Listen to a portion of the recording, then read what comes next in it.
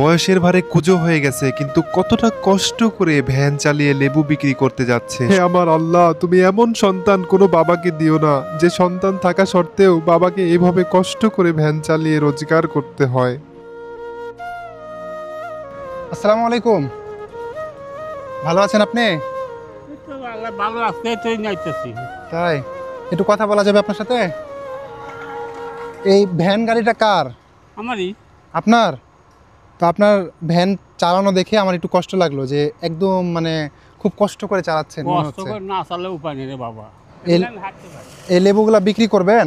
হ্যাঁ, হ্যাঁ, এটা কি আপনার গাছের লেবু? গাছের নেবু। তাই? তো আপনার হচ্ছে বয়স কত হবে? বয়স 95।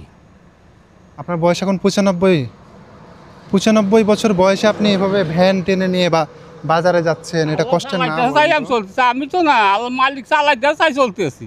তাই? আমার ক্ষমতা আছে। আল্লাহু আকবার। ওনাকে একটু দেখান ইস্তাফিল ভাই, যে ওনার যে অবস্থা। এই ভ্যানটাতে কিন্তু চার্জার নাই, ঠিক আছে? একটু দূরে থেকে দেখান যে এই ভ্যানটাতে কিন্তু চার্জার নাই। উনি কতটা কষ্ট করে 95 বছর বয়সে এই ভ্যান টেনে নিয়ে লেবু বিক্রি করতে যাচ্ছে।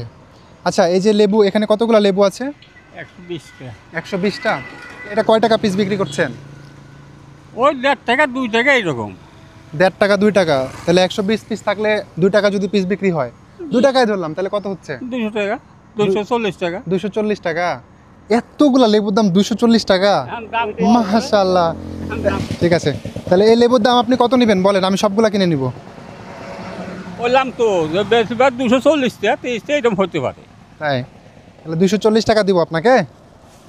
হ্যাঁ, আল্লাহু আকবার। গ্রামের মানুষ যে এতটা সহজ সরল হয় তা এই চাচাকে না দেখলে বুঝতে পারতাম না। আমি চাচাকে দাঁড় করায় বলি, আপনি এত কষ্ট করে ভ্যান চালিয়ে লেবু বিক্রি করতে যাচ্ছেন সামান্য কিছু টাকার জন্য, আপনি আমার কাছ থেকে কিছু বেশি টাকা নেন, আমি আপনার লেবুগুলা সবগুলা কিনে নিব এবং আপনাকে আজকে বাজার করার টাকা সহ আরও এক্সট্রা আপনাকে টাকা দিব। উনি আমার এই প্রস্তাবে কোনোভাবেই রাজি হন না। বলেন যে, বাবা দেখো, আমি তো এখনো ইনকাম করে খাইতে পারতেছি, আমি তোমার করুণা কেন নিব?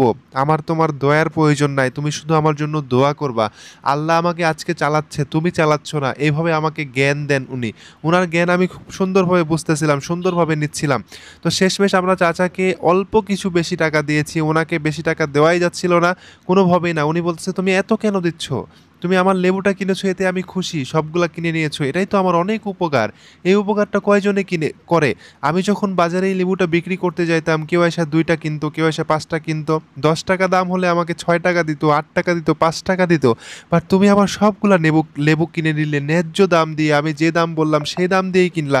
এর চাইতে উপকার কে করে বাবা? তুমি আমারে বলো। তুমি আমারে বেশি টাকা দিও না, আমারে ঋণী কইরো না, তুমি আমার লেবুর দামটাই দাও। তো আমি তারে লেবুর দাম সহ আর কিছু অল্প টাকা বেশি দিয়েছি, দিয়ে বলেছি, আপনাকে প্লিজ চেঞ্জ করতে হবে না, আপনি এটা রেখে দেন, আপনি এটা নিয়ে নেন, আমি কষ্ট পাবো যদি আপনি আমাকে ফেরত দেন।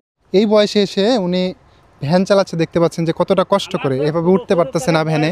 অসল হয়ে পঙ্গু পড়েছে। আল্লাহু আকবার।